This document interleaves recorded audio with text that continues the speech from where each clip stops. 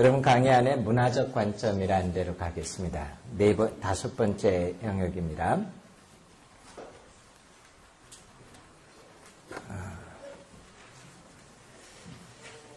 한국은 세상에 아주 참 특별한 나라입니다. 한국처럼 한 나라에 하나의 민족이 하나의 언어를 사용하고 하나의 문화를 가진 나라, 이런 나라가 세상에 아주 드뭅니다. 한국은 굉장히 축복입니다. 그렇기 때문에 한국에서 살 때는 우리가 언어의 장벽, 문화적 장벽, 인식의 장벽, 이런 말을 사실은 전혀 생각도 안 해보고 살게 됩니다. 이게 얼마나 큰 축복인지 모릅니다. 제가 북인도 쪽을 한번 가서 동북인도 지역을 갔었는데요. 마을에 들어가니까 보통 한 마을에 언어가 13개에서 15개가 사용이 됩니다. 마을 하나에서. 옆집과 다른 말을 쓰고 삽니다. 와이프하고도 다른 말을 쓰고 삽니다. 그럼 도대체 사람이 어떻게 살아갈까? 그 동네에서는 모든 학교와 예배는 영어를 사용합니다. 우리가 쓰는 영어와 많이 다르지만은 아무 어려움 없이 그들이 영어로 통화가 됩니다. 발음도 우리와 전혀 다릅니다. 그렇지만 아무 어려움 없이 돼요. 근데 이렇게 살 수 있는 이유는 뭐냐면 그런 문화권에서 살아가는 사람들은 대부분의 사람들이 4개에서 5개 정도의 언어를 다 말합니다. 그러니까 와이프와도 언어가 다른 종족이지만 자기가 할 수 있는 언어 중에 하나가 같으면 같이 살게 됩니다. 근데 이런 지역에 들어가 보면 우리가 생각하는 것처럼 굉장히 깊은 사고가 전달된다든지 저 사람의 아픔을 내가 정말 이런 게 참 어려워요. 그렇기 때문에 이들이 같이 살지만 커뮤니케이션이라는 게 얼마나 어려운지를 그들이 절감하고 삽니다. 문화도 굉장히 다르다는 게 큰 차이점이에요. 근데 한국 사람들은 너무나 축복된 이 호모지니어스한 문화 가운데 살다 보니까 축복인데 약점이 뭐냐면 선교지로 갔을 때 문화가 다르다, 이런 거에 문제를 인식을 못합니다.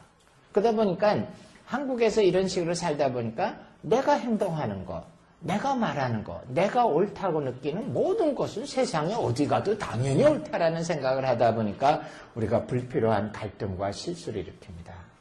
그래서 선교제에 이런 말이 있어요. 한국 선교사는 어디에 가도 한국교회 복사판만 만든다. 근데 이 영향이 큽니다. 한번 어느 국제 모임에 갔는데 국제 모임에서는 회의 자체도 중요하지만은 밥 먹는 시간이 참 좋습니다. 다양한 여러 나라의 지도자들과 사귈 수도 있고 서로 좀 안면을 익혀가기도 하는데 한번 어느 날 아침에 식사하러 갔더니 태국의 유명한 지도자와 인도의 유명한 어떤 기독교 지도자 두 분이 앉아 있었어요. 그래서 제가 이제 거기 앉아서 같이 대화를 시작했습니다. 근데 제 마음에 솔직히 좀 교만한 마음이 들었습니다. 태국에도 한국 선교사가 많고 인도에도 한국 선교사들이 참 많이 일하는데 내가 한국에서 왔다 그러면 좀 알아서 이분들이 한국 선교사님들이 참 일을 잘합니다. 우리나라에 와서 사역을 도와줘서 고맙습니다. 이런 말 한마디쯤 할 줄 알았는데 아무 말을 안 합니다. 할 수 없이 제가 체면을 내려놓고 유도 질문을 했습니다. 태국에 한국 선교사들 참 많죠. 그랬더니 많다 그러세요. 인도에도 한국 선교사들이 참 많죠. 그랬더니 자기 지역에 많다 그럽니다. 사역들을 참 잘합니까? 근데 대답이 영 시원치가 않았습니다. 그래서 제가 좀 깔등했어요. 왜 그럴까? 이분들이 참 성숙한 분들인데.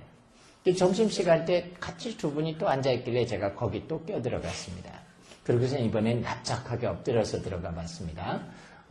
한국 선교사님들이 참 열심인데 우리가 선교의 역사가 짧다가 보니까 많은 실수를 할지도 모릅니다. 당신들이 그 나라의 지도자들인데 우리 선교사님들이 하는 사역을 좀 정직하게 평가를 해주면 좋겠습니다. 사역들을 어떻게 합니까? 근데 두 사람이 참 망설이다가 두 중에 한 분이 아주 용기를 내서 저에게 이렇게 얘기했습니다. I hate Korean missionary. 제가 너무 놀랐어요. I hate Korean missionary. 내 옆에 있던 분이 역시 망설이다가 So do I. 그게 도대체 무슨 일입니까? 했더니 이분들이 아주 조심스럽게 저한테 이런 얘기를 해줬습니다. 태국이 인도가 한국 교회만큼 교회가 성장하지는 못했지만 우리는 한국보다 훨씬 긴 기독교 역사를 갖고 있습니다. 우리 교회들도 많은 어려움을 겪었고 아픔을 겪으면서 우리 나름대로 우리의 땅에서 교회 문화, 기독교의 문화를 만들어 왔습니다. 근데 한국 선교사만 들어오면은 모든 태국 교회의 관습, 모든 인도 교회의 관습을 더 미신적인 것으로 보고 몽땅 밀어붙이고 한국식으로만 바꿔야지만 교회가 정상적으로 돌아간다라고 생각합니다. 그래서 한국 선교사만 들어오면은 모든 태국 교회의 지난 200~300년 동안의 전통들이 한순간에 다 잘못된 것이 되고 다 박살이 나버립니다. 우리는 한국 선교사들의 사역에 회피하지 않습니다. 심지어 교회 이름을 그 나라에다가 짓는데 한국 이름을 딱 붙여서 짓기도 합니다. 그 사람들은 무슨 말인지도 모르죠. 아마 이해가 가요. 한국에 잘 경험이 많지 않은 큰 교회들이 어느 나라에 지교회를 세웠을 때 자기 교회 이름을 갖다가 딱 붙이고 싶어 합니다. 근데 이런 것들이 그들에게는 굉장히 거부감을 느끼게 되는 상처들을 일으킵니다. 문제는 그들은 그것을 아픔으로 느끼는데 한국 선교사들은 아무 문제를 못 느끼는 거예요. 그리고 어디로 가든지 한국식으로 행동하고 한국식으로 교회가 움직여야 되고 한국교회 전통만이 유일하게 옳다라는 식으로 접근하는데 의외로 많은 곳에서 거부 반응을 느끼기 시작합니다. 이건 한국 선교사님들이 사람이 나쁘기 때문에 그런 게 아닙니다. 한마디로 문화에 대한 개념이 아주 약하기 때문에 무의식 가운데 이런 일들을 벌이게 됩니다. 그래서 한국에서 선교사들을 훈련시킬 때 의외로 많은 시간을 들여서 문화에 대해서 가르쳐야만 됩니다. 그래도 그걸 다 이해 못하는데 선교지에 들어가서 이 문화를 제대로 느끼는 사람들은 변화가 일어나게 됩니다. 오늘은 제가 짧은 시간 동안에 이 문화를 다뤄야 되기 때문에 몇 가지 포인트만 끄집어내서 할 겁니다. 그래서 이 포인트들을 들으시고 이 교재에 있는 글들을 읽으시면 문화가 이래서 중요하구나, 왜 이렇게 하는가를 이해하실 수 있을 겁니다. 제일 먼저 문화가 뭔가라는 얘기부터 해보겠습니다. 여러분들은 조금 한국 사람들하고 다릅니다. 뭐냐면은 여러분들은 이미 한국 문화가 아닌데 와 계십니다. 그 때문에 문화가 다르다는 걸 피부로 느낍니다. 더군다나 좋은 것은 여러분들이 미국에서 마이너리티로 살아갑니다. 이것이 문화를 배우는 데는 굉장히 좋은 겁니다. 머저리티 그룹들은 자기네 문화가 당연히 옳다라고 생각하는데 마이너리티 그룹으로 살면은 문화의 차이가 있다는 걸 느낍니다. 그래서 미국에서 살던 1세대, 1.5세, 세컨 제너레이션이 선교사로 갔을 때 문화 적응력이 아주 좋습니다. 때문에 여러분들은 훨씬 좋은 위치에 있기 때문에 제가 한국처럼 많은 강의를 할 필요는 없다라고 느껴지긴 합니다. 자, 그럼 문화가 뭔가? 한국 사람들은 문화의 개념부터가 좀 오해가 있습니다. 문화 하면은 항상 어떤 고급적인 것, 예술적인 걸 생각합니다. 그래서 연극, 드라마, 영화, 미술전람회, 음악회.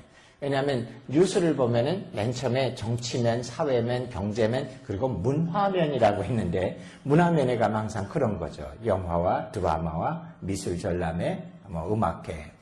삶의 어떤 미적인 고급스러운 영역을 문화라고 생각을 합니다. 그래서 서울에 가면 문화촌이라고 있죠. 구파발 쪽으로 가면은. 요즘은 아주 낡은 동네가 됐는데 왜 문화촌이었냐면 60년대 개발될 때 거기는 도로 포장도 되고 슬래트 집도 있고 전화도 들어오고 전기도 들어오고 그래서 그 동네는 문화촌이라고 불렀습니다.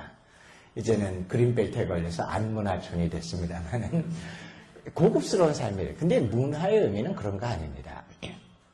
그건 아주 좁은 문화의 의미고 제가 좋아하는 건 루이스 로스베타학이라는 사람의 정의를 좋아하는데 이분이 이렇게 얘기합니다. 문화란 삶을 살아가는 방법이다. 한 사회가 그 처한 환경 가운데서 올바른 기준이라고 공동으로 인정하는 것들의 집합체가 문화다. 아주 쉽게 얘기하면 이겁니다. 하나의 공동체가 그 공동체 안에서 이렇게 하는 게 올바른 거야 라고 하는 기준을 다 모아놓으면 그게 문화입니다. 근데 여기서 중요한 게 있어요. 하나의 공동체가 인정하는 거기 때문에 공동체가 달라지면 문화는 당연히 달라집니다. 내가 옳다고 생각하는 것은 하나의 이 공동체 안에서만 옳은 거예요. 문화가 달라지면 당연히 달라집니다. 또 문화는 시간이 지나면 계속 변하는 존재입니다. 때문에 부모 세대가 느끼는 기준과 자녀 세대가 느끼는 기준은 당연히 다릅니다.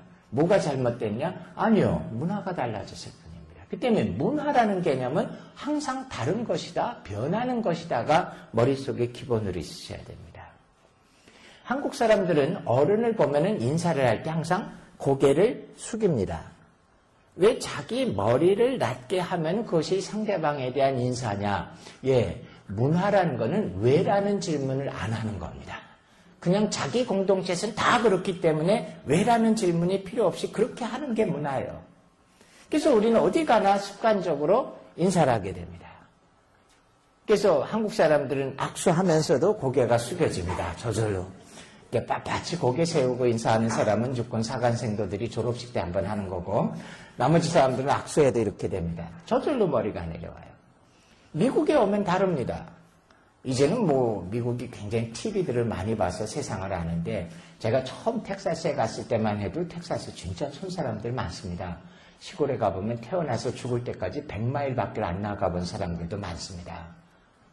아마 그런 사람들은 동양 사람도 처음 봤지만 80년대에 아마 우리가 고개를 숙여서 인사를 하면은 그걸 인사라고 생각하지 않고 박치기를 하려는 줄 알고 아마 깜짝 놀라서 뒤로 물러설지 모릅니다. 미국 사람들은 손바닥과 손바닥을 마주대고 흔들면 인사합니다. 왜 그게 인사일까요? 왜라고 질문 안 하는 겁니다. 그 동네는 그렇게 하는 겁니다. 남미에 가면 키스를 합니다. 근데 텔레비에서 본 것처럼 잘못하시면 큰일 납니다. 입술을 대는 게 아닙니다. 뺨과 뺨을 대고 입으로 소리만 냅니다. 근데 한 번 하면 실례입니다. 2번 이상을 합니다. 아주 가까우면 뭐 3번, 4번 하게 됩니다. 근데 난 그거 갖고는 만족이 안 된다. 난 좀 진한 걸 하고 싶다. 러시아로 가십시오.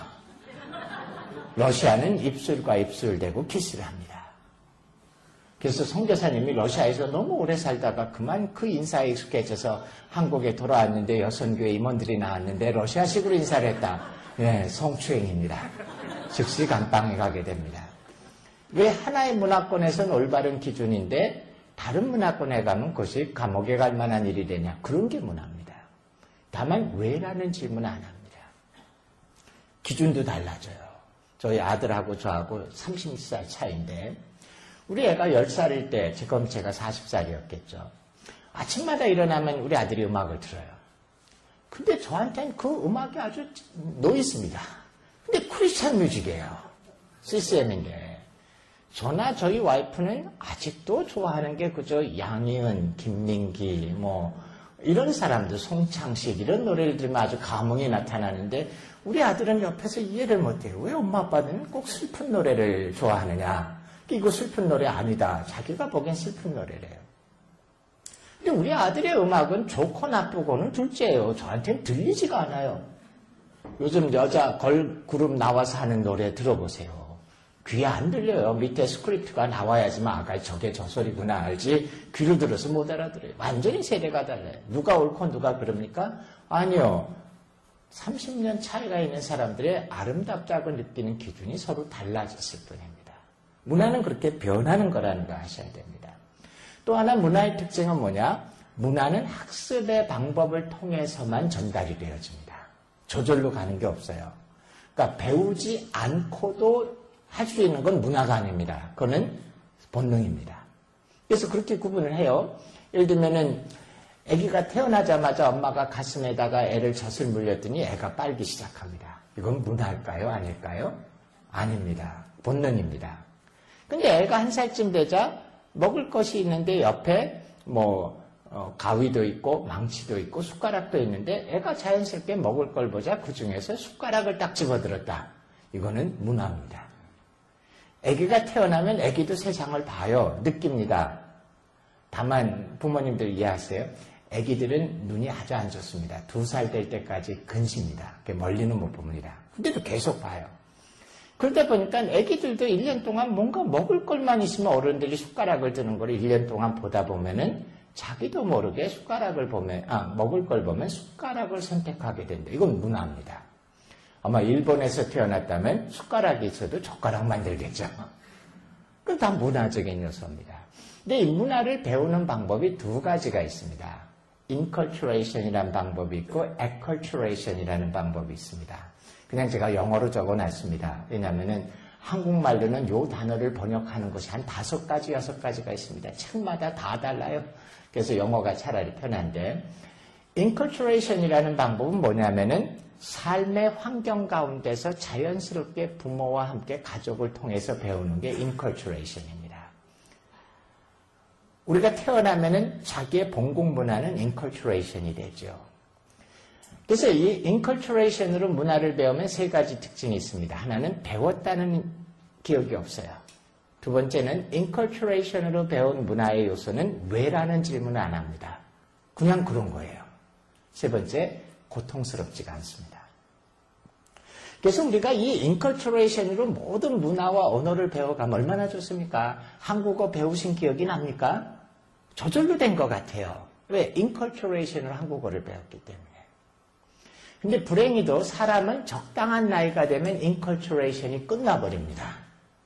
하나의 문화가 바탕에 자리가 다 잡히면 인컬처레이션이 끝나요. 더 이상 이렇게 안 됩니다. 몇 살쯤에 끝날까요?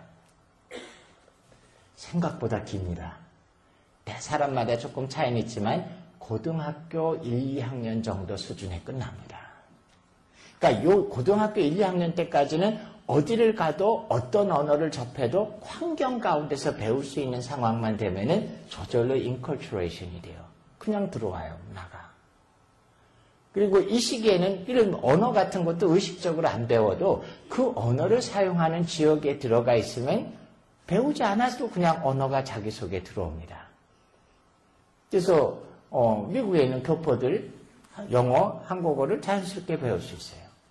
남미에서 자란 사람들은 더 많이 배웁니다. 남미의 교포 자녀들 중엔 5개국어를 하는 사람들을 많이 봐요. 이들이 5개 배워요. 아마 부모님들이 여기서 자녀를 키울 때 영어도 하고 한국말도 하고 참 한국 사람들은 부러워하지만 부모님들은 깝깝하시죠. 항상 느낌이 이래요. 우리 애는 한국말도 잘 못하고 영어도 잘 못하는 것 같아요. 그런데 그게 당연합니다. 인컬처레이션에서 여러 언어를 배울 때는 습득 속도가 떨어집니다. 근데 걱정하지 마세요. 때가 되면은 자리를 잡습니다. 그리고 한 가지 더 특징은 인컬처레이션으로 여러 언어를 배울 때는 어릴 때 통역이 안 됩니다. 무슨 말인지 아시죠? 우리 어른이 되면은 영어를 잘한다 그래도 영어를 들었을 때 이것을 한국말로 의미 번역을 해야지 의미가 깨달아집니다. 그리고 영어를 해야 될 때도 이미지는 한국어로 떠오른 다음에 빨리 번역을 해서 이것을 영어로 말해. 그러니까 그 과정을 해서 의미 번역은 바탕에 있는 한국어로 깨달아요. 영어를 잘한다는 건 이 속도가 아주 빨라지는 것뿐입니다. 근데 인컬처레이션이 끝나기 전에 고등학교 1, 2학년 전에 자녀가 미국에 오면 영어가 first language가 될 수 있어요. 근데 그 나이가 넘어가면 영어를 잘해도 이 사람의 first language는 한국어입니다. 그리고 이런 식으로 배우면은 어린애들은 이런 과정을 안 거쳐요. 번역의 과정을 안 거칩니다. 한국어를 들으면 한국어로 의미를 깨달아요. 영어로 들으면 영어로 의미를 깨닫습니다. 그리고 영어를 해야 될 상황엔 영어로 이미지가 떠올라서 그냥 영어가 나가요. 그래서 부모님께 가끔 교포 부모님도 이런 말 하십니다. 우리 애는요 가르치지 않았는데 참 신기하게 미국 사람만 보면 영어를 하고 한국 사람 보면 한국말을 해요. 우리 애가 천재인가 봐요 라고 걱정을 합니다. 천재 아닙니다. 그렇게 할 능력뿐이 없습니다. 번역이 안 됩니다. 왜냐하면 인식을 그렇게 하기 때문에. 저희 꼬마가 7살에 한국으로 돌아갔는데 친척들이 모였는데 신기하죠. 꼬맹이가 영어를 하니까. 그래서 애를 가운데 앉혀놓고 친척들이 뺑 둘러앉아서 애를 쿡쿡 찌르면서 야 이거 영어로 뭐라고 하는지 해봐. 우리 애가 한마디도 못하고 얼굴 빨갛게 있다가 울고 나왔습니다. 어른들이 숙기가 없는 놈 욕했지만은 사실은 능력이 안 됩니다. 근데 때가 돼서 좀 커지면은 이것이 인터체인지블이 가능합니다. 이거는 특별한 능력이에요. 언어 배우는 것보다 통역이 더 어려워집니다.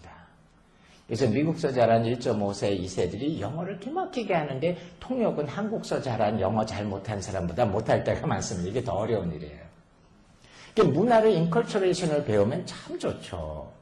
근데 문제는 그 나이가 지나서 한 문화가 바탕에 다 깔리게 되면은 그다음부터는 모든 문화가 에컬처레이션을 되는데 이거는 문화의 외부자로서 배우는 겁니다.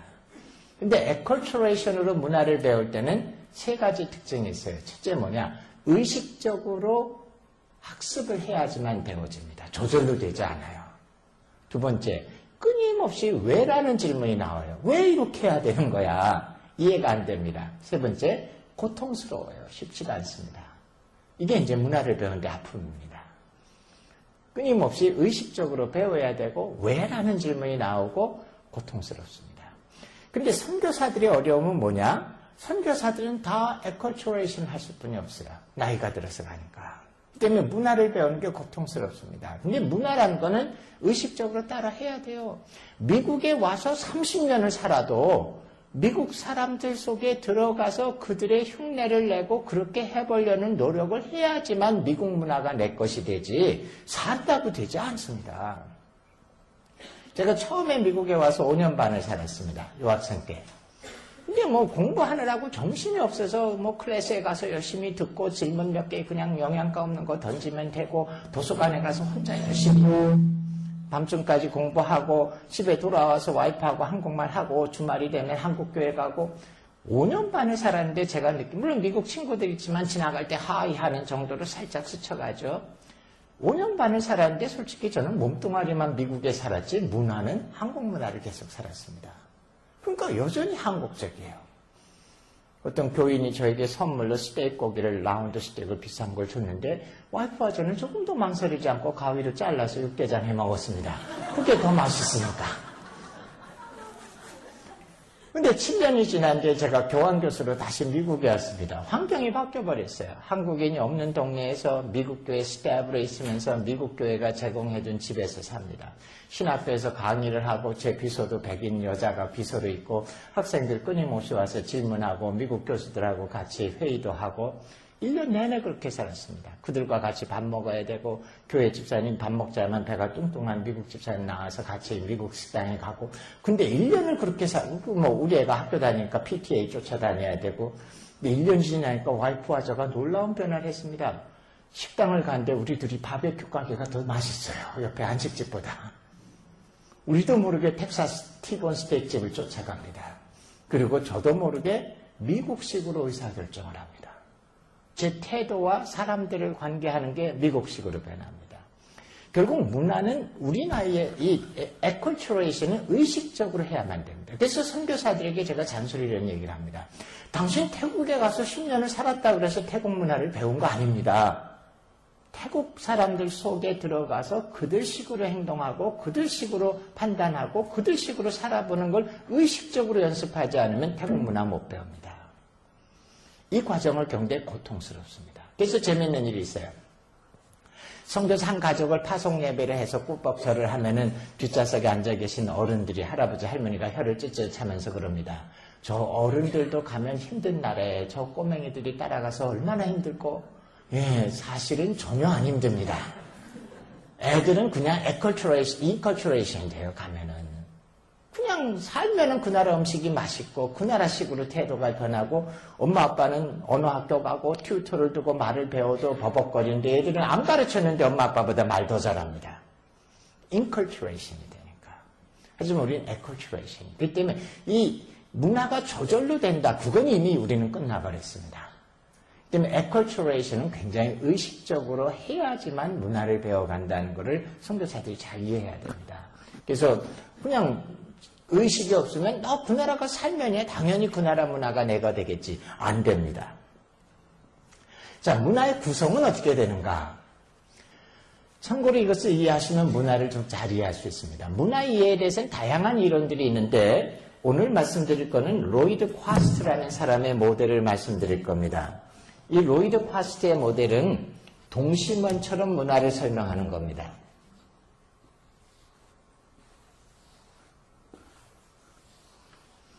이 로이드 콰스트의 모델은 좋은 모델이지만 사실은 정확하진 않아요. 문화가 속에 있어서 드러나지 않는 게 있고 겉에 있어서 드러나고 그렇진 않습니다. 문화의 모든 층은 다 겉으로 드러납니다. 그렇기 때문에 이 약점이 있지만 이해하기엔 로이드 콰스트의 모델이 제일 좋기 때문에 이 모델을 갖고 설명을 해봅니다. 문화의 제일 바깥쪽에는 행동, 습관, 관습 이런 것들이 나타납니다. 근데 이런 것들은 전부 다 문화의 껍데기면에 해당합니다. 문화의 껍데기인 요거를 알고 싶으면 이런 질문을 해보시면 돼요. What is done? 그 사람들 어떻게 행동하지? 이거를 질문하시면 돼요. 그래서 선교사들에게, 여러분들이 이제 중국에 한 일주일 내가 여행을 갔다 왔다. 나 중국 사람들의 문화를 좀 알 것 같아요. 그건 전부 다 제일 바깥층에 해당하는 겁니다. 그들이 어떻게 행동한다, 어떻게 반응한다, 어떤 옷을 입는다, 어떤 집에 산다, 이 껍데기 층에 대한 인식입니다. 그래서 선교사들에게는 이거부터 배우긴 해야 됩니다. 그래서 선교사들은 문화를 배우기 시작할 때 어느 나라에 들어가든 조그만 수첩을 항상 갖고 다니면서 내가 하루 사는 중간에 내 본국과 다른 것들을 발견하면 전부 다 적으라 그럽니다. 인사할 때 다른 거, 먹을 때 다른 거, 길 갈 때 다른 거, 반응할 때 다른 거, 차 탈 때 다른 거, 그걸 자세히 적어 놓으면은 사실 그게 문화의 껍데기를 배웁니다. 근데 이거 껍데기예요.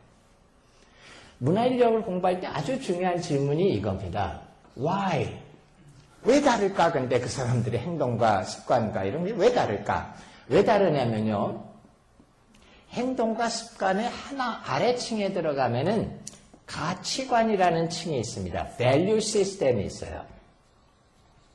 이 가치관이 다르기 때문에 행동과 습관과 관습과 이런 모습들이 다르게 나타나는 겁니다. 이 가치관이라는 건 what is good or bad? 뭐가 좋고 나쁜 거냐? 뭐가 아름답고 추한 거냐를 구분하는 기준이 뭐냐? 이게 가치관입니다. 옳다, 그르다를 구분하는 기준. 좋다, 나쁘다의 기준. 이거에 따라서 삶이 엄청 달라집니다. 여러분, 한국 사람들은 은근히 모든 가치관의 가장 중심에 있는 기준이 뭔지 아세요?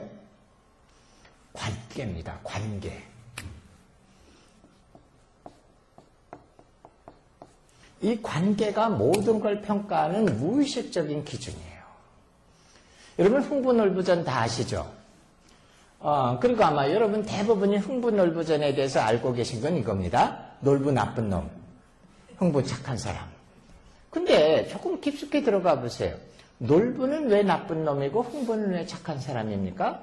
답은 이거예요. 놀부가 나쁜 이유는 뭡니까? 하나뿐이 없는 동생이 배가 고픈데 먹을 걸 안 줬어요. 그러니 나쁜 놈이에요. 여기서 중요한 건 관계예요. 길에 지나가는 모르는 사람이 배가 고픈데 막 먹을 거 안 줬다. 그래 나쁜 놈 소리 안 듣습니다. 이건 동생에게 그랬어요. 더군다나 더 중요한 거 하나뿐이 없는 동생에게. 그건 나쁜 놈입니다. 흥부는 왜 착합니까? 형이 그렇게 못되게 구는데 끝까지 형이라고 인정하고 쫓아다니고 나중에 신세가 바뀌었을 때 그 나쁜 형을 데려다가 형으로 대접을 해주니까 착한 사람이에요. 한국 사람의 기준은 이 관계가 중요합니다. 근데 미국 사람들은 아니에요. 미국 사회에서는 모든 가치 판단의 기준이 사실은 책임입니다. 더 구체적으로 하면 individual responsibility, 자기의 책임을 다하느냐 합니다. 그 때문에 한국 사람들은 관계가 깨지면 guilty feeling이 떠오르고 미국 사람들은 책임을 깨트려야 guilty feeling이 와요. 그래서 재밌는 건 흥부놀부전을 정확하게 영어로 번역해서 아주 정확하게 미국 사람한테 들려주면 뜻밖의 반응이 나타납니다. 한국 사람들은 100명 중에 99명이 흥부가 착하다고 느껴요. 한 명은 뭐 조금 정신병원에서 최근에 나온 사람이거나 그럴 텐데, 근데 미국 사람들에게 이 얘기를 해주면 10명 중에서 과반수 이상의 사람이 거꾸로 반응을 보입니다. 놀부는 그저 그런데 흥부가 문제가 있는 사람이에요. 놀부는 훔치진 않았어요. 물론 미국에서도 스크루지 얘기가 있는 걸로 봐서 지독한 구두쇠는 나쁘다고 하지만은 그들이 볼 때는 흥부가 더 문제예요. 아니 능력이 없으면 애라도 적게 낳아야지. 애는 10명씩 나가지고서는 대책 없이 담요 한 장에다가 구멍 10개 뚫어서 이렇게 묶어갖고 다니는 이 흥부의 모습. 그들이 볼 땐 정말 무책임한 사람이에요. 아니 자기가 먹을 게 없으면 나이트 잡을 하든지 뭘 하든지 벌어야지 왜 형한테 와서 지금 내놓으라고 이러고 있느냐. 그들이 볼 때는 이 흥부가 무책임과 무능력의 대명사입니다. 놀부는 좀 구두쇠긴 하지만 훔치지 않았고 되려 정상인 것 같고 흥부가 문제아를 보입니다. 왜? 기준이 다르니까요.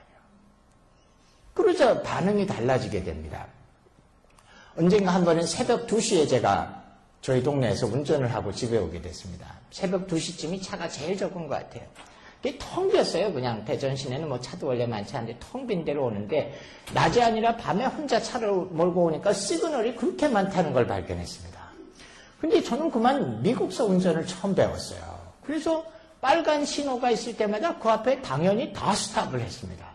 근데 한 서너 번 스탑하니까 정신을 차리겠어요. 아무도 안 서더라고요. 저만 서 있어요. 다 지나가요, 사람들이. 차들이. 중요한 건 사람도 없고 차도 없고 경찰도 없고. 근데 서너 번 쓰니까 다 지나가요. 서너 번 더 쓰니까 소리가 들리는 것 같아요. 옆에 지나가는 차들이 너 잘났다 그러고 다 지나가는 것 같습니다. 더 서너 번 더 쓰고 나니까 제가 정신을 차리겠어요. 근데 나 왜 서 있지? 아무 차도 없고 사람도 없고 경찰도 없는데 왜 내가 이 가스를 태우면서 여기 서 있지? 근데 깨름직하게 습관 때문에 집까지 빨간불을 지키면서 왔습니다. 근데 제가 고민이 돼요. 근데 나는 왜 서 있었을까, 거기에? 새벽 5시쯤 되면 새벽 기도 가는 교회 봉고차들이 가는데 가만히 보세요. 신호 안 지키고 다 지나가요. 근데 그 신호 안 지키고 다 지나가는데 그들이 새벽 기도 가서 하나님 오늘도 죄를 범하고 왔습니다라고 회개하는 사람이 있느냐? 아무도 회개 안 해요. 왜냐하면 한국에서는 관계를 깨트리지 않았을 때 길티 필링이 떠오르지 않아요. 미국은 다릅니다. 기준 자체가 다르게 잘났기 때문에 아무도 보지 않아도 내가 빈 들판에서라도 빨간 신호등을 어기고 지나갔으면 내 책임감을 깨트렸기 때문에 길티 필링이 생기게 되고 내가 잘못했다라는 그게 옵니다. 한국은 안 옵니다. 저희 학교에 미국인 교수가 한 사람 계셨었는데 이제는 은퇴하셨지만 이분이 맨날 화를 내는 게 뭐냐면 신학생이 어떻게 치팅을 하느냐라는 거예요. 근데 하는 사람이 좀 있어요. 근데 제가 관찰을 잘 해봤어요. 컨닝을 한 학생들이 있는데 자기가 존경하고 자기를 사랑해주고 개인적으로 가까운 교수님의 과목에서 치팅을 하면은 조금 마음에 걸려요. 근데 자기가 안 좋아하는 교수님, 자기가 싫어하는 교수님의 과목에서 컨닝을 했다. 중요한 거 걸리지 않았으면 이건 길티 필링이 아니라 나이스 플레이죠. 아무리 신학생이라도 정죄감이 안 와요. 사람에게 무슨 관계상의 문제가 생겼을 때 길티 필링이 생기지 거기에 아무런 손상을 주지 않았으면 머리로는 잘못했다고 느껴도 마음에 길티 필링이 안 올라옵니다. 우리는 굉장히 달라요, 이 문제가. 오죽하면 그런 말이 있으니까 한국 사람들은 1계명에서 10계명까지 하나도 안 지켜도 괜찮다. 근데 외국에는 없는 11번째 계명인데 이것만 완벽히 지키면 10계명 안 지켜도 된다. 11번째 계명이 뭐냐? 들키지만 말아라. 들키면 관계에 손상이 오고 문제가 길티 필링이 느끼지만 아무에게도 들키지 않았을 때 한국 사람들은 길티 필링을 안 느껴요. 그러다 보니까 두 사회가 완전히 다릅니다. 관계 중심적인 동양 사회와 책임 중심적인 서양 사회는 서로 달라요. 그렇기 때문에 서양 사람들이 볼 때는 동양 사회가 굉장히 부패하게 보이죠. 왜냐하면 관계 중심일 때는 항상 팔은 안으로 굽는 게 정상이니까. 그리고 봐주는 것도 있고. 근데 사실은 부패하죠, 어떤 면에서는. 그러나 이 관계 중심의 사회는 서양에 없는 게 있습니다. 뭐가 있습니까? 정의라는 게 있습니다. 인간과 인간 사이에 뭐라고 표현할 수 없는 뭔가가 있어요. 근데 사회를 건강하게 하는 건 어떨 땐 제가 느끼는 건 책임도 중요하지만 그만큼 중요한 게 인간 사이에 보이지 않는 번딩하는 능력인 정의라는 것도 있어요. 모르겠습니다. 50년, 100년 후에 어느 쪽이 더 건강한 사회가 될지 저는 반반일지도 모른다고 생각해요. 근데 그만큼 이 가치관이 달라지면은 모든 행동 습관 이게 달라지게 됩니다. 근데 우리가 또 질문을 해요. 가치관은 그럼 왜 다르냐? 하나 밑에 들어가면은 신조 시스템이라는 게 있습니다. 이거는 belief 시스템이에요. 이거는 what is true라는 질문을 하는 겁니다. 근데 여기서 true라는 말은 뭐가 진짜냐라는 질문인데 과학적인 지식과는 아무 상관없습니다. 그냥 그 공동체가 뭐를 진짜라고 생각하느냐에 따라서 결정되는 겁니다. 예를 들면은 중국에 가시면은 음력 1월 달을 빠이빠이지아라고 불러요. 한자로는 우리가 미국서 한자 쓰면은 사형에 해당하다는 걸 제가 알지만 이 배배라고 절한다는 배자를 2개 쓰고 빠이빠이라고 있습니다. 이 귀신을 섬기는 달이고 특별히 조상의 귀신을 섬기는 달입니다. 근데 중국 사람들이 조상을 섬기는 걸 가만히 보면 제정신이 아닌 것 같아 봬요. 왜냐면은 중국 사람들은 돈이 참 중요한데 조상들이 지금 9천을 헤매고 계신데 제일 필요한 게 뭡니까? 뭐니 해도 money라고요. 그래서 이제 조상에게 돈을 보내드려야 되는데 문제는 아직 저쪽 세상에 ATM이 개설이 되질 않았어요. 어떻게 돈을 보냅니까? 묘지 앞에 가서 돈을 태웁니다. 진짜 돈을 태우는 건 불법으로 되어 있기 때문에 가짜 페이퍼머니를 태우는데 장난이 아니에요. 효자들은 수십만 원 이상 어치의 가짜 돈을 사가서 홀라당 태워버립니다. 우리가 보면 도대체 뭐 하는 짓인가. 또 9천의 조상들이 헤매기 때문에 집도 보내드려야 돼요. 타이완 같은 데 가면 종이로 만든 이 집들인데 장난 아니에요. 엄청 비쌉니다. 그거 사갖고 가서 홀라당 태워버립니다. 요즘 신세대 효자들은 크레딧 카드도 보내드려요. 나중에 비리 오면 어떡하려고 까짜 이만한 크레딧 카드 가서 묘지 앞에서 태워드립니다. 겁도 없이 요즘에 이렇게 휴대폰도 종이로 된 거 나오면 태워드려요. 전화 오면 어떻게 하려고 그런지 모르지만. 근데 우리가 보면 저 사람들이 도대체 합리적인 사람인가? 묘지 앞에 가서 수십만 원어치의 것들을 다 태워버리는데 저게 정말 조상에게 간다고 믿는가? 어떻게 이렇게 현대사회에서 타이완이 미개한 나라가 아닌데 어떻게 이렇게 할까? 이해가 안 가요. 더 이해가 안 가는 걸 보시려면 필리핀의 마닐라로 가십시오. 거기 가면 차이니스 세미토리가 있습니다. 근데 이 세미토리에 뭐 구경 갈 게 있는가 하는데 하도 많이 와서 요즘 입장료도 받아요. 거기 구경하려면. 세미토리가 장난이 아니에요. 모든 묘지가 그런 건 아닌데 조금 부자들 묘지에 가보면 대단합니다. 집이에요. 그 안에 카우치가 놓여있고 TV가 있고 화장실이 있고 에어컨이 빵빵 돌고 샹들리아가 켜있고 타이머가 붙어서 낮에는 불이 꺼지고 밤이면 불이 들어오고 근데 거기 관이 하나 떡 놓여 있습니다. 그리고 아무도 못 들어가게 문 앞에는 이만큼 굵은 체인에다 이만한 열쇠를 잠궈놨습니다. 벽 하나만 넘어가면 필리핀 사람들이 집이 없어서 길바닥에서 자는데 그렇게 놓고서 아무도 못 들어가게 에어컨을 돌려요. 아니 죽은 사람이 무슨 TV가 필요하고 좀비 영화를 볼지는 모르지만 그 무슨 화장실이 필요하고 전등이 필요합니까? 그렇게 놔요. 도대체 정신 나간 사람들 같아요. 근데 덕이 막힌 건 몇 년 지나면 자손들이 와서 사업이 잘 됐다고 그 묘지의 벽에 대리석을 다 뜯어내고 더 비싼 까만 대리석으로 바꿔드립니다. 우리가 보면 도대체 이 사람들이 현대시대를 살아가는 사람들로서 합리적인가 도대체 제정신인가 이해가 안 갑니다. 근데 중요한 건 이거예요. 우리가 그 사람들을 볼 때 제정신이 아닌 것처럼 보이는 이유가 뭘까요? 우리의 신조 시스템 상에는 죽은 조상의 영혼이 우리 위를 허버링하면서 비즈니스에 관여하거나 생사화복에 관여하는 일은 없다라고 믿고 있기 때문에 그게 다 정신없는 짓으로 보입니다. 만약에 정말로 조상들이 우리 주변에 이렇게 돌아다니면서 내 사업과 모든 일에 관여하는 것을 진짜라고 믿고 있는 공동체라면 그게 굉장히 지혜로운 일이죠. 되려 안 하는 사람들이 멍청한 겁니다. 아니 그까지 몇백 불 아끼다가 조상들이 화가 나서 사업이 뱅크럽 되거나 교통사고가 나서 다치거나 사업체에 불이 나거나 이게 얼마나 멍청한 짓이냐라고들이 생각합니다. 즉 과학과 상관없이 그 공동체에서 뭐를 진짜라고 생각하느냐에 따라서 가치가 달라지고 가치가 달라지면 행동과 습관과 이게 다 달라지게 됩니다. 더 안으로 들어가 보면은 이때 또 Y를 질문해요. 왜 신조는 다른가? 그럼 제일 가운데 있는 코어가 세계관이라는 겁니다. 월뷰라는 거예요. 이 세계관의 질문은 What is real? 뭐가 진짜입니까?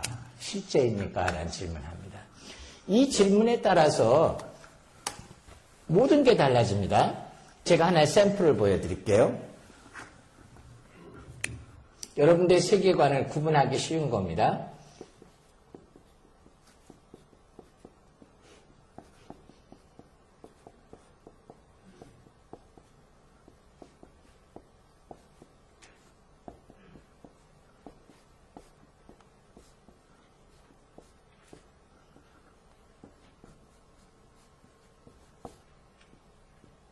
자, 이런 물건들을 제가 쭉 나열해 놓고 여러분들에게 같은 종류끼리 묶어보십시오라고 질문을 하면 여러분들의 세계관을 쉽게 구분할 수 있습니다.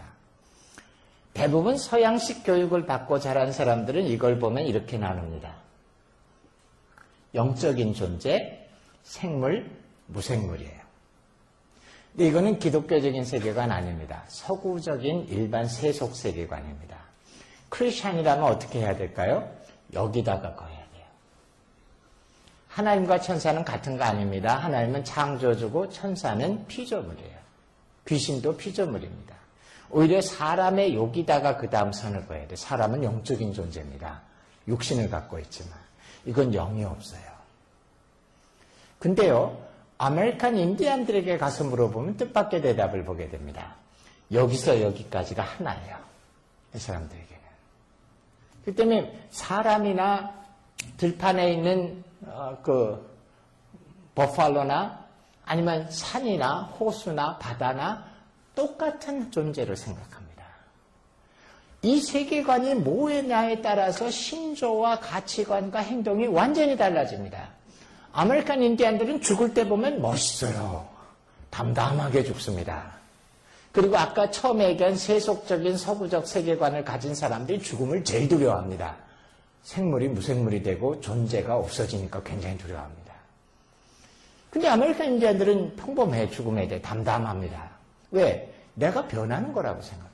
내가 저 들판의 영이 됐다가 버팔로가 됐다가 다시 산의 영이 됐다가 돈다고 생각해요. 재미있는 건 일본도 이런 세계관을 갖고 있습니다. 일본의 신, 가미라 그러죠. 좀 높임말로 가미사마. 이 가미가 뭔지 잘 몰라요. 일본 사람들도. 동경대학에 가면 가미올로즈라고 있는데 뭐든지 가미가 됩니다. 오가미, 천조 대신도 신이고 천왕도 신이고 전쟁 나가서 죽은 사람도 신이고 원숭이도 신이고 그리고 후지산도 신입니다. 여기서 여기가 하나예요. 이 세계관이 뭐냐에 따라서 everything 달라집니다. 그러다 보니까 세계관이 뭐냐에 따라서 신조가 달라지고 신조가 달라지면 가치관이 달라지고 가치관이 달라지면 행동이 달라집니다. 문화를 이해한다는 건 이 껍데기 수준의 문화를 이해해가지고서는 정말 복음을 그 사람들 뱃속에 전해줄 수 없어요. 제가 첫날 여러분들에게 말씀드릴 때 많은 선교사들이 이 미묘한 문화의 차이란 걸 모르기 때문에 10가마쯤 거들 곳에서 한 말쯤 소출하고서도 항상 괜찮다. 다만 성령의 역사가 없어라고 핑계를 댄다 그랬는데 실제로 문제가 이거예요. 때로는 선교지에서 5년, 10년을 살았던 선교사들의 문화 이해를 봐도 요 껍데기 수준에 머물러 있는 사람을 봅니다. 이 사람들의 옷이 어떻고 뭘 먹고 살고 행동이 어떻고 이건 아직 문화에 대한 초보적이에요. 더 들어가서 가치관을 보고 신조를 보고 세계관까지를 이해하는 수준에 가야지만 실제로 문화를 이해한 것이고 이런 수준에 돼야지만 그 사람들에게 의미가 있는 딱 그 사람들의 마음에 맞는 메시지가 가능해지게 됩니다. 그래서 문화라는 것은 이만큼 실제로 공부를 꽤 해야 되는 영역이다라고 이해하십시오. 자, 넘어가겠습니다. 이 문화에서 가장 우리에게 이제 초기의 어려운 문제는 뭐냐면은 우리가 선교지에 들어갔을 때 초기에 문화 적응하는 면의 어려움들을 넘어가는 겁니다. 초기 문화 적응의 문제만을 조금 말씀드리고 넘어가죠. 초기에 받는 것이 문화 충격이라는 걸 받습니다. 컬처 샥이라는 걸 받아요. 문화는 계속 변한다고 말씀드렸어요. 근데 이 문화의 변화가 조금씩 서서 일어나면 우리의 몸이 정서적으로, 육체적으로, 심리적으로 그 변화를 소화, 흡수시킬 수 있습니다. 내년이 한국에서는 광복 70주년입니다. 그래서 이제 다큐멘터리들이 나오는데 70년 전에 한국의 모습과 오늘의 모습을 비교해주는 다큐멘터리들이 나와요. 근데 제가 가만히 보니까 지난 70년 동안 제일 많이 변한 게 뭘까요? 여자들의 옷 같아요. 요즘에 명동에 여름에 여자들 입고 다니는 옷을 입고 70년 전에 한양에 나타났으면 돌 맞아 죽었습니다. 근데 아직 돌 맞아 죽은 사람이 없고 그거를 보고 쇼크받아 죽은 사람이 없는 이유는 뭐냐? 어마어마한 변화가 일어났지만 조금씩 긴 시간에 나눠서 일어나다 보니까 소화 흡수가 된 겁니다. 근데 만약에 너무 커다란 변화가 너무 짧은 시간에 나에게 부닥치면 어떻게 되냐면 내가 정서적으로 그것을 소화 흡수시킬 능력이 없습니다. 그러면 우리가 몸이 육체적으로 정서적으로 쇼크를 반응을 보이게 돼요. 이게 이제 컬처 쇼크입니다. 다양한 형태로 나타나요. 다만 이제 뭐 언어가 다른 것, 관습이 다른 것, 환경이 다른 것 여러 가지가 컬처 쇼크에 영향을 주는데 대부분 우리가 살았던 것보다 환경적으로 더 좋은 것으로 오면은 컬처 쇼크가 덜합니다. 여러분이 미국에 왔을 때 그렇게 심각한 컬처 쇼크를 느끼지 않았을 거예요. 좀 새롭고 신기하고 좋다. 왜냐하면 한국 사회보다 더 질서가 있고 규칙적이고 안정하다가 보니까 예측이 가능합니다. 이러면 충격을 덜 받아요. 근데 이제 여러분들이 미국에 살다가 아주 가난한 나라로 가게 되면 컬처 쇼크를 느낍니다. 생각보다 커요. 아주 오래전에 1988년에 제가 벨리즈라는 나라에 선교 여행을 갔습니다. 근데 떠날 때부터 몹시 불길한 조건이 하나 있었어요. 호텔 값이 너무 쌌습니다. 벨리즈 시티 안에 호텔이 그때 딱 2개 있었습니다. 그 중에 한 호텔을 예약했는데 너무 싸서 불길해요. 하룻밤 자고 아침밥까지 주는데 5불인가 6불이었습니다. 그러니까 뭐 둘 중에 한 호텔이고 호텔 이름도 안 잊어버려요. 호텔 보나벤처라는 데를 갔는데 기대감을 갖고 도착했는데 역시나 다를까. 벨리즈는 남미에서 중남미의 제일 가난한 나라 중에 하나죠. 영어를 씁니다. 한국의 여인숙이 거기 비하면 호텔입니다. 뭐 할 수 없죠. 들어가서 이제 침대에 탁 들어놓는데 제가 안경을 벗으면 장님은 아니지만 잘 못 보는데 천장에 이렇게 시꺼먼 것들이 있어요. 그래서 제가 곰팡이가 쓸었구나. 뭐 이런 집이면 능히 그럴 수 있다. 근데 잠을 자려고 가만히 천장을 보고 있는데 곰팡이가 움직이기 시작을 합니다. 이 지도가 모양이 달라지기 시작해요. 제가 너무 놀라서 이렇게 안경을 끼고 다시 천장을 쳐다봤는데 제 평생 본 것 중에 제일 큰 벌레들이에요. 사람의 손바닥만한 벌레들이 쫙 붙어 있습니다. 이놈들이 자기 무게 때문에 이렇게 가끔 떨어지기도 합니다. 그 호텔에는 여러 나라 사람들이 자다가 밤중에 비명을 지르는 일들이 흔한데 이놈이 들어와서 시트 속에서 멈춰 주무시고 계셨는데 사람이 들어와서 같이 자다가 뭔가 부스럭거리고 해서 이렇게 불을 켜보면 손바닥에 이만한 벌레가 잡혀 있습니다.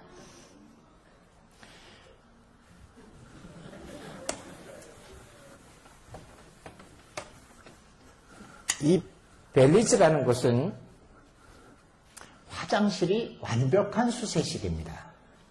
이 완벽한 수세식이란 말이 조금 의심스러우시죠? 벨리즈 한가운데 강이 흐릅니다. 벨리즈 강이 흐르요. 근데 곳곳에 나루터 같은 게 있습니다.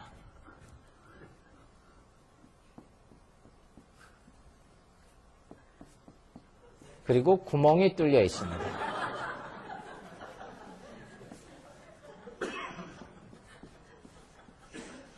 예, 화장실입니다.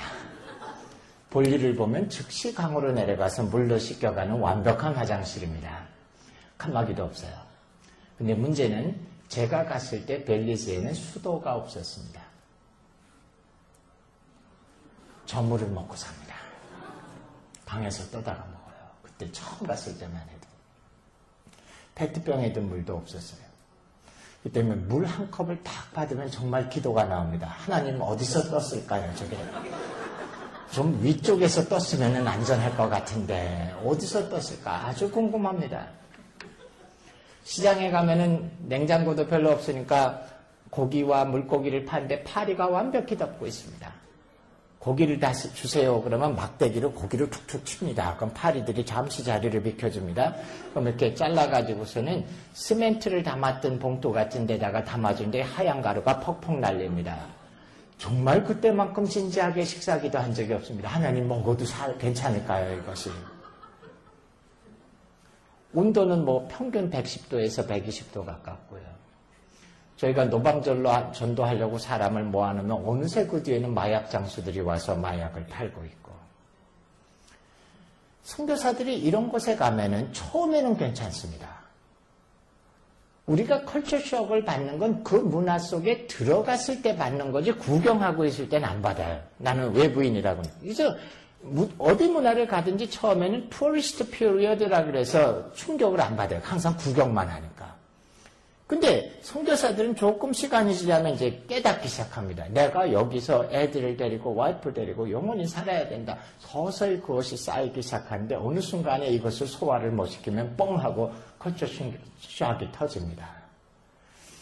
몸이 아프기도 하고 정서적으로 아주 불안해지기도 하고 이상한 반응을 보이기도 합니다.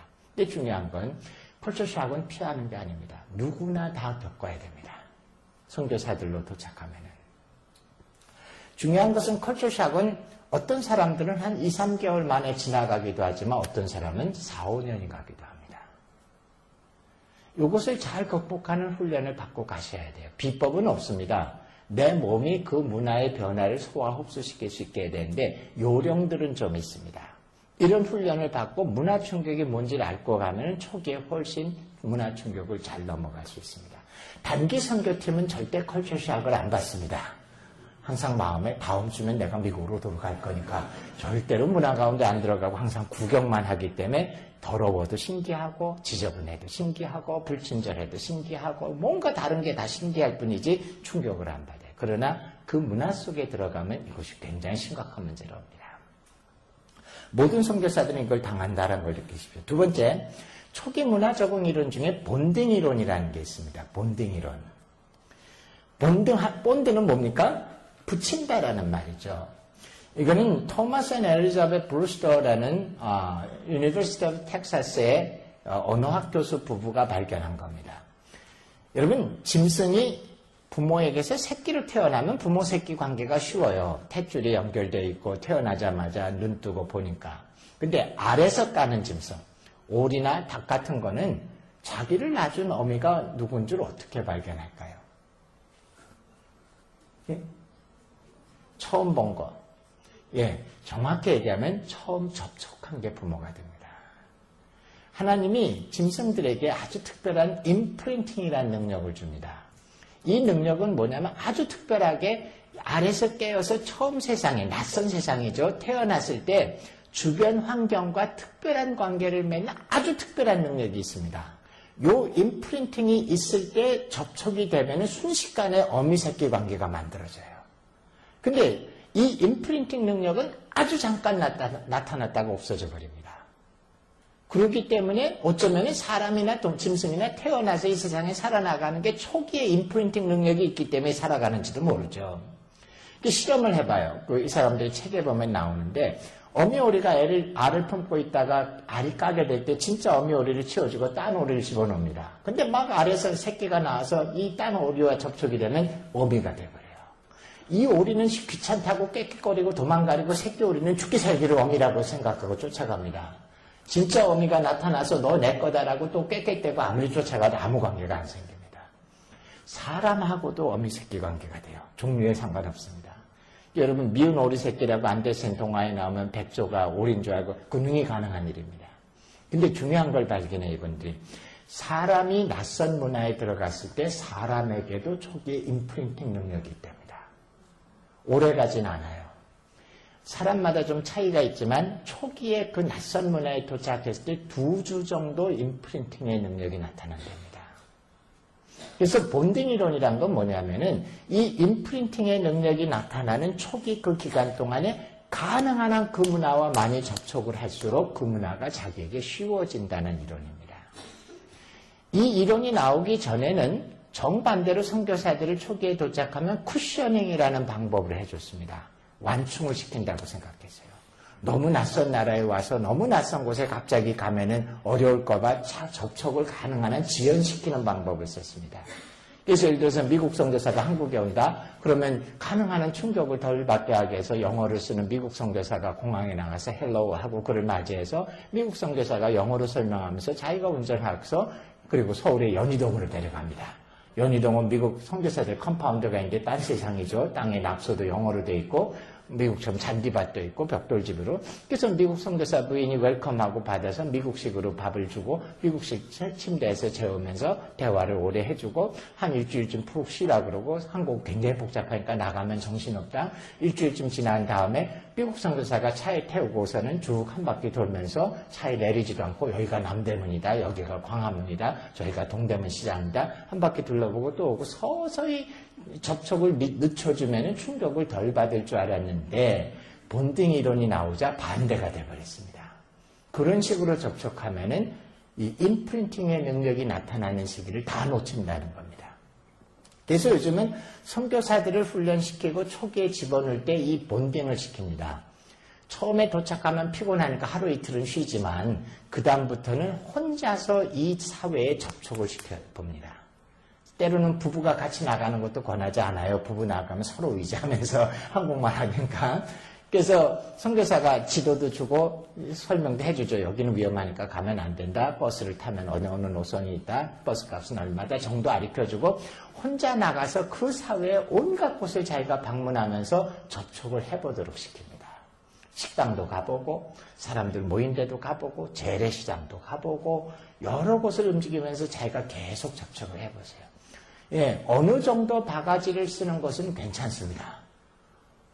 저는 30년 가까이 선교를 하고 돌아다니는데 재밌는 건 선교지에서 바가지를 잘 씁니다.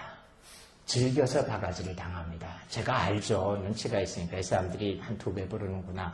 기꺼이 바가지를 써줍니다. 그래봐야 뭐 몇 달러 차이니까. 그리고 때로는 실수를 안 하려고 그러는 것이 문화를 안 배우는 일이래요. 좀 당하는 일도 해보세요. 한 번은 홍콩에 갔는데 미국 선교사들이 저를 골탕 먹이려고 벼르고 있었어요. 그래서 저를 데리고 중국 식당을 갔습니다. 그래서 이렇게 했어요. 이 중에서 하나를 시켜서 네가 다 먹으면 오늘 식사값을 자기가 다 낸다. 근데 네가 못 먹으면 우리 식사까지 네가 돈을 다 내라.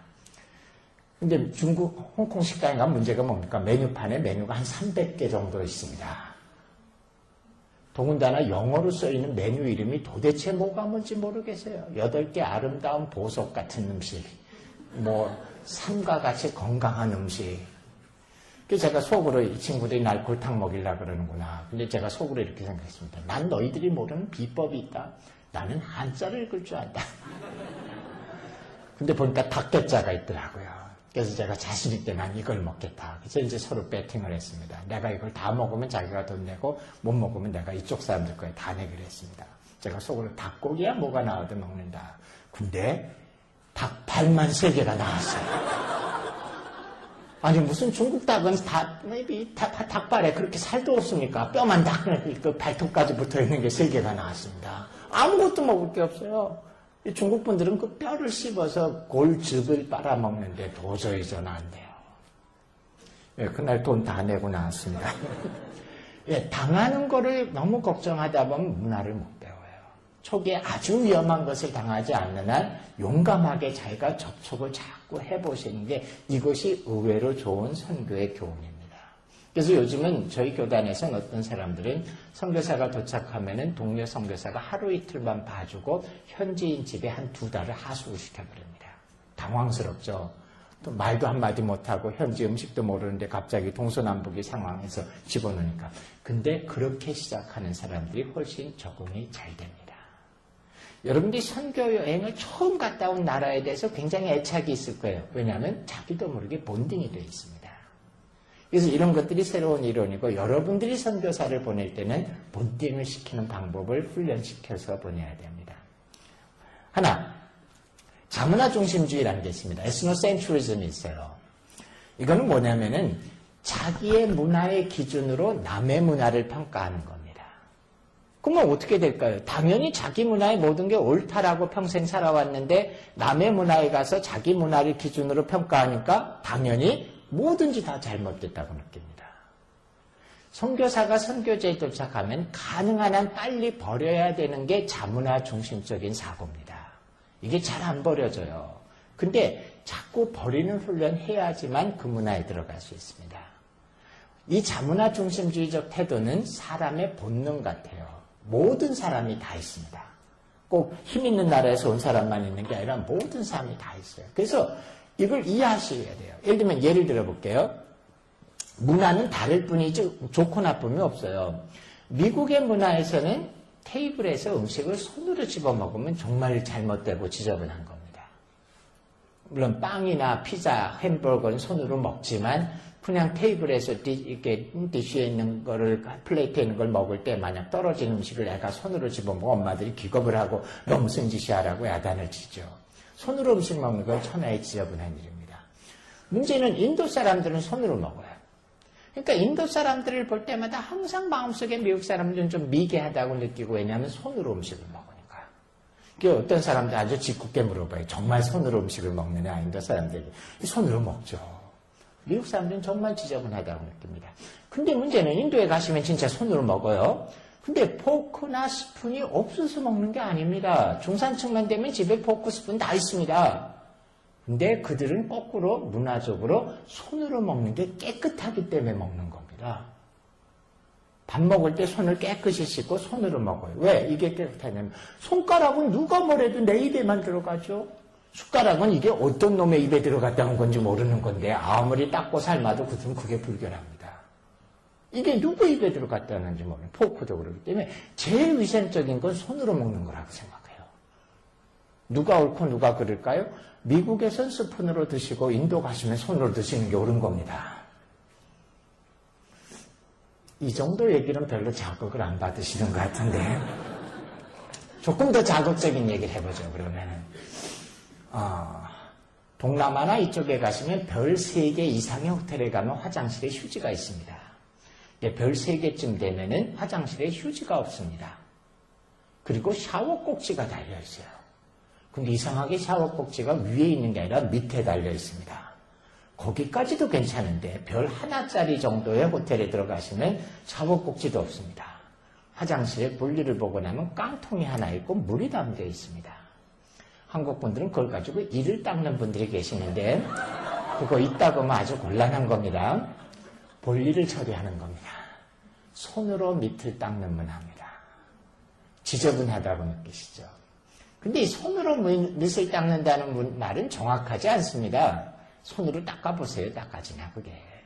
사실은 물로 닦는 겁니다. 손을 이렇게 하고 반드시 왼손을 써야 됩니다. 오른손잡이고 왼손잡이고 여기다가 물을 조금 따라서 닦고 버리고 또 물을 닦고 계속 물로 닦는 겁니다. 해보시면 손바닥으로 닦는 것도 아닙니다. 손가락으로 닦아야 됩니다.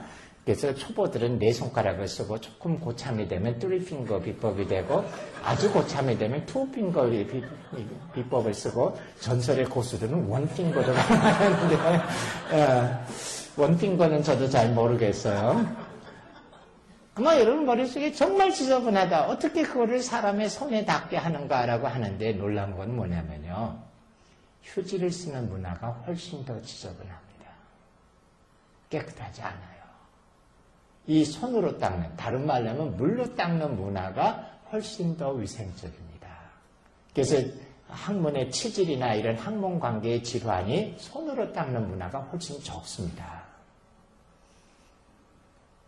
저보고 해본 적이 있냐고 물어보진 마세요. 근데 제가 가끔 현지인들에게 물어봐요. 손에서 냄새 안 나냐? 그러면 잘 손을 닦아야 되지만 이렇게 냄새 보면 조금 나긴 한데요. 그러나 사람 사는 냄새 정도다. 그래서 이런 나라 가보면 아침에 당황스러운 모습을 볼 겁니다. 아침만 되면 사람들이 빈 PET병 하나씩을 들고 강 쪽으로 갑니다. 볼일 보러 가는 거예요. 누가 옳고 누가 미개할까요? 사실은 다 문화의 기준이 다른 겁니다. 그렇기 때문에 여러분들이 가면 항상 모든 옳고 그름의 판단, 미개하다, 제대로 돼 있다의 기준이 미국 문화의 기준으로 판단하는데 그걸 빨리 버리셔야 됩니다. 문화는 물론 성경에서 죄라고 얘기한 건 문화와 상관없이 죄입니다. 성경은 문화를 초월한 수프라컬처이기 때문에 성경은 문화와 상관없이 성경이 얘기하는 죄는 죄입니다. 아무리 인도 사람들이 과부를 불에 태워 죽이는 게 문화라고 할지라도 성경의 죄면 그건 죄입니다. 그러나 성경의 죄가 아닌 모든 것들은 그들의 기준이 거기서 올바른 거예요. 그렇다면 선교사가 그들 가운데 들어가려면 그들의 기준을 따라하는 것이 올바른 겁니다. 죄를 따라서는 안 됩니다. 죄가 아닌 것들은 따라가야 돼. 그래서 자문화 중심주의를 가능한 한 빨리 버리시는 게 선교사에게는 문화 적응의 비법입니다. 하나만 더 얘기하죠.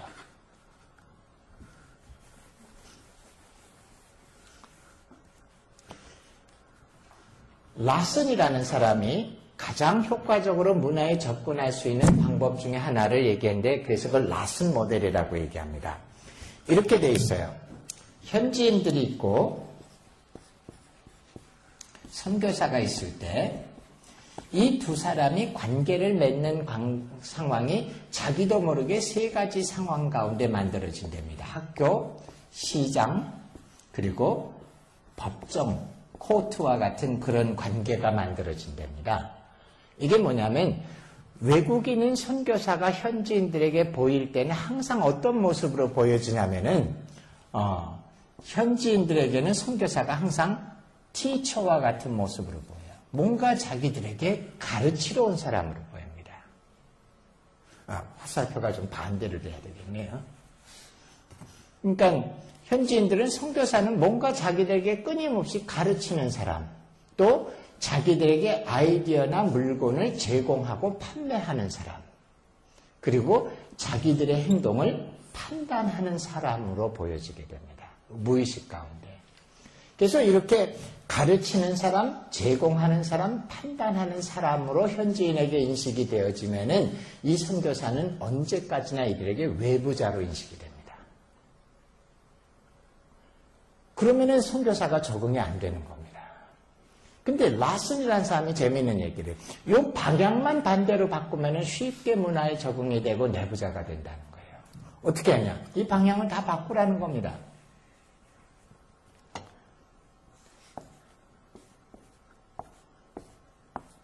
이 말은 뭐냐면은 선교사가 현지인들에게 뭔가 배우려는 학생으로 인식이 되어지도록 태도를 취하라. 현지인들에게 내가 뭔가를 얻으려고 하는 사람처럼 인식이 되어라. 거꾸로 현지인들에게 판단을 받는 사람처럼 인식이 되라. 이렇게 하면은 그들에게 아주 쉽게 내부자로 수용이 가능하다는 겁니다. 그래서 이런 태도의 무의식 가운데 가면 아까 처음 같이 다 이런 쪽으로 가요.